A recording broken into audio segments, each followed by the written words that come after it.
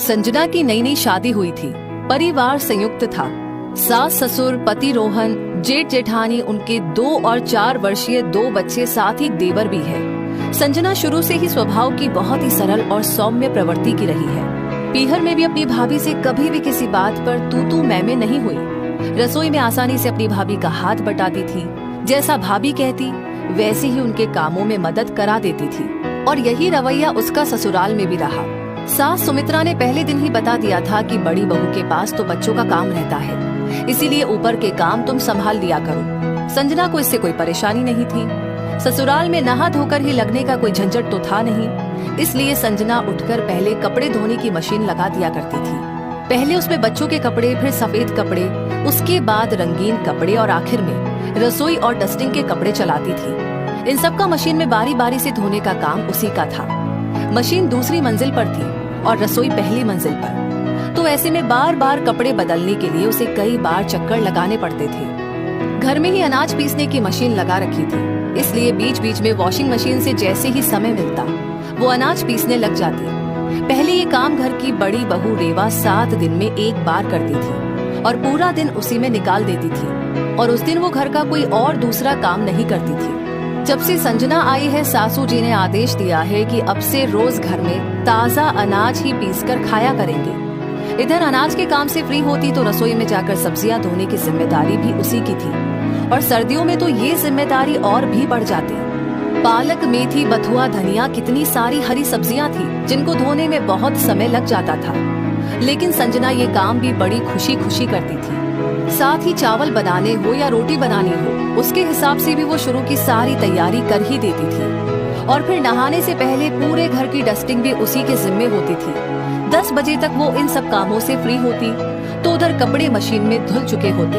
अब उनके सुखाने की जिम्मेदारी भी उसी की थी। छत पर जाकर 3-4 बाल्टी कपड़े सुखाकर आना, ये काम भी वही करती थी। उधर 10 बजते ही रेवा रसोई में घुसती।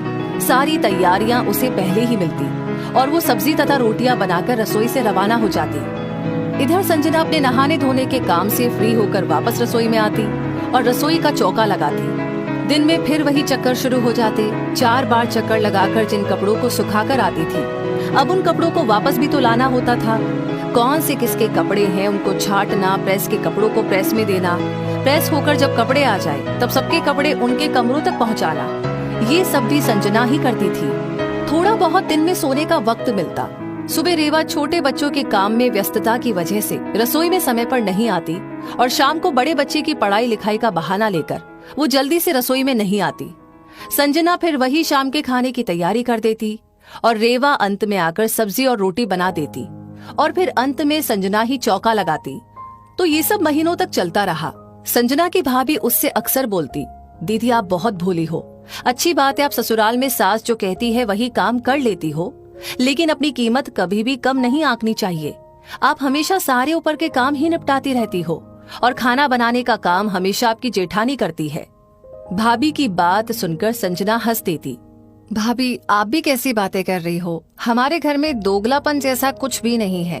भाभी के पास तो छोटे छोटे बच्चे हैं, अभी मेरे पास और कोई काम तो है नहीं, और आपको तो पता ही है मुझे तो हर काम में ही बहुत खुशी मिलती है। संजना से ऐसा जवाब सुनकर उसकी भाभी भी चुप हो जाती।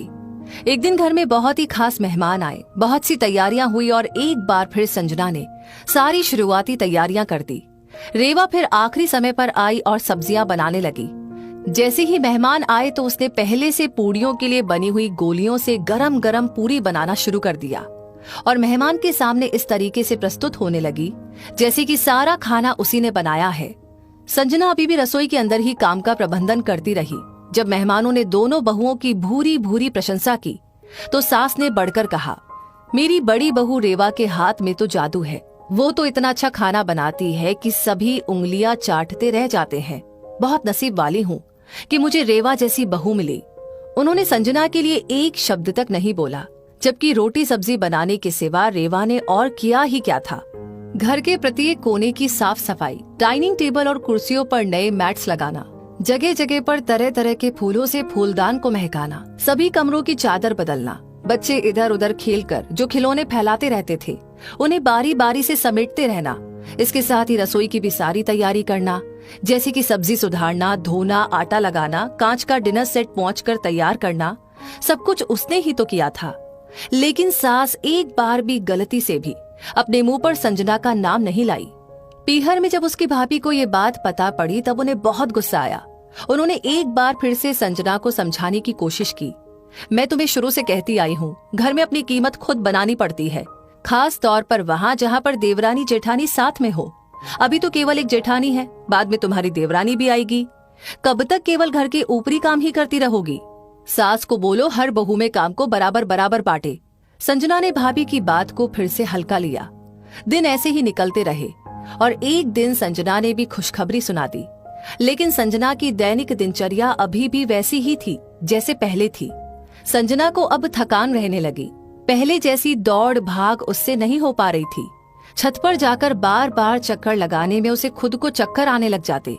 अनाज पीसते वक्त भी अब उसकी तबीयत खराब रहने लगी।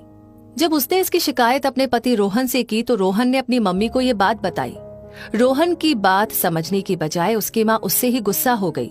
ऐसा काम ही क्या करती है संजना जो वो थक जाती है? सारा काम तो बड़ी बहू ही करती है, दोनों टाइम खाना वही तो बनाती है। संजना तो केवल ऊपर के काम संभालती है, उन कामों को करने में भला काहे की थकान? और वैसे भी संजना को तो शुरू से यही काम पसंद है। उसकी इतनी मेहनत, इतने काम का यही परिणाम। उसने सोचा भी नहीं था कि घर में इस तरीके से उसे स्थान दिया जाएगा। अपने पति और सास की बात सुनकर उसे महसूस हो गया था कि अपने लिए घर में इज्जत बनवाना रोहन की बस की बात नहीं। ये सब बातें सुनकर अब संजना से रहा नहीं गया। हर बार वो हर बात हल्के में लेती और अपनी भाभी के समझाने पर भी समझती नहीं थी। सही कहा था भाभी ने, अपनी कीमत खुद को ही बनानी पड़ती है। वो जिन कामों को अपने घर का काम समझकर करती थी, उन्हीं कामों के लिए सास कह रही है कि उसे तो यही काम करने पसंद है। मैंने खुद ही ने तो इस घर में ये तस्वीर बना ली है। लेकिन आज बात उसके होने वाले बच्चे की भी थी। आखिर उसकी थकान और उसके ऐसे शरीर का असर तो उसके बच्चे पर ही पड़ेगा। आज अगर मेरी इस घर में इज्जत नहीं होगी तो मेरे होने वाले बच्चे को भी इसी तरीके से बेइज्जत किया जाएगा। उसी समय संजना ने कुछ निर्णय लिया। अगले दिन ना उसने कपड़ों की मशीन चलाई, ना उसने अनाज पीसा और ना ही घर की साफ सफाई की। अपने कमरे में से नहाकर वो बाहर आई। पिछले दिन का पीसा हुआ थोड़ा सा आटा लिया और थोड़े चावल लेकर उसने उसी में तैयारी शुरू कर दी। सब्जी सुधारी और उसी समय सब्जी बना भी दी और ये सारी तैयारी करके वो अपने कमरे में चली गई। जब जेठानी का रसोई में आने का समय हुआ तो सारा खाना बना देखकर उसकी त्योरियां चढ़ गई। उसी समय उसने घर में हंगामा मचा दिया। रेवा की इतनी तेज आवाज सुनते ही सभी घर वाले हॉल में एकत्रित हो गए। क्या हुआ रेवा, क्यों चिल्ला रही हो सुबह सुबह इस तरीके से? देखिए ना मम्मी जी, आपकी छोटी बहू ने क्या किया है। खाना बनाकर चली गई और चौका मेरे लिए छोड़ दिया। रेवा रूठते हुए बोली। संजना, तुम्हारा तो ये काम नहीं है। तुमने आज रेवा का काम क्यों किया? और ना तो आज कपड़े धुले हैं, ना घर में डस्टिंग हुई है, ना ही आज का अनाज पीसा है। वो सारे काम कौन करेगा? मम्मी जी, अब से ये सारे काम भाभी किया करेगी। मैं तो अब रसोई में ही रोटी बनाऊंगी। रेवा कैसे कर सकती है? उसके पास तो बच्चे हैं। तो अब तो मेरे पास भी बच्चा है। बाहर नहीं तो क्या शरीर के अंदर तो पल ही रहा है। मुझसे अब 4-4 मंजिल के चक्कर नहीं लगाए जाते हैं, ना मुझसे अब अनाज पीसा जाता है। लेकिन रेवा ये सब काम करेगी तो थक नहीं जाएगी? आप ही तो कह रही थी कल कि मैं करती ही क्या हूँ। आखिर मुझे किस बात की थकान? मेरे काम में तो थकान नाम की चीज ही नहीं है। तो आपकी बड़ी बहू इन कामों को करने में क्यों थकेगी? अब से मैं रसोई में केवल और केवल रोटी सब्जी बनाऊंगी, जो रेवा भाभी इतने सालों तक करती आई है। और मेरे सारे काम रेवा भाभी के जिम्मे है। खाना मैंने आज का बना दिया है, चौका लगाना भाभी की जिम्मेदारी है। रात को अगर रोटी समय से बनानी हो तो मुझे आटा पीसकर दे दीजिएगा। भाभी मुन्ना के स्कूल के कपड़े आज धुले नहीं है। मशीन अब चलाएंगी तब भी शाम तक कपड़े सूखेंगे, फिर प्रेस वाले को भी देने होंगे। अच्छा होगा कि जाकर के वो मशीन भी चला ही दीजिए। गर्मी का मौसम चल रहा है, घर में धूल भी बहुत हो रही है। कल तो मैंने डस्टिंग कर दी थी, लेकिन अब से ये जिम्मेदारी भी भाभी आप ही की है। वैसे भी इन कामों में थकान तो होती नहीं है, तो मुझे नहीं लगता कि आपको ज्यादा टाइम लगेगा। ये कहकर संजना अपने कमरे में चली गई। रेवा और उसकी सास वहीं खड़े खड़े एक दूसरे का मुंह देखते रह गए। घर के किसी भी आदमी ने संजना का विरोध नहीं किया, क्योंकि सब जानते थे कि संजना आज सही थी। गलती तो उन दोनों की थी। संजना के आने से पहले दोनों मिलकर जो काम करती थी वो सारा काम अकेली संजना पर डाल दिया। उसके भोले और सरल व्यवहार को दोनों सास बहू ने मिलकर बहुत भुनाया। दोनों सास बहू को समझ आ गया था कि संजना के काम को दोयम दर्जे का समझकर उन्होंने हमेशा उसका फायदा उठाया। कभी उसके काम की इज्जत नहीं की। मेहमानों के सामने भी उसे कभी इज्जत नहीं दी जाती थी। हमेशा यही बताया जाता है कि सारी तैयारी रेवा ने की है, जबकि हकीकत दोनों जानती थी। घर जो आज इतना अच्छे से प्रबंधित चल रहा है, सब संजना के परिश्रम की वजह से ही है। कभी अपने चेहरे पर उसने उफ तक नहीं की। आज जब उसके शरीर को आराम की जरूरत है तो दोनों को इतनी दिक्कत हो रही है। जो काम संजना रोज हंसते मुस्कुराते कर दिया करती थी, रेवा उसी काम को रोज झल्लाते हुए तथा घर में सीन क्रिएट करके करने लगी। और अब घर का माहौल भी रोज बिगड़ने लगा। आखिरकार सुमित्रा जी को घर की दोनों बहुओं में बराबर बराबर की जिम्मेदारी बांटनी ही पड़ी और संजना को भी उसके हिस्से की इज्जत देनी पड़ी। दोस्तों, अक्सर घरों में देखा गया है कि रसोई का काम करने वाली बहू को ही ज्यादा सम्मान दिया जाता है और जो बहू घर के बाकी प्रबंधन का काम करती रहती है, उसके काम का तो कोई मूल्य ही नहीं आंकता है। तो ऐसे दोगलेपन में एक बहू जहां रसोई के कार्य में पारंगत होती ही जाती है, वहीं दूसरी बहू की इज्जत घटती ही जाती है। या तो सास शुरू से ही घर की सभी बहुओं में बराबर का काम बांटे, नहीं तो फिर संजना जैसी बहू को किसी न किसी दिन अपना ऐसा अवतार दिखाना ही पड़ता है।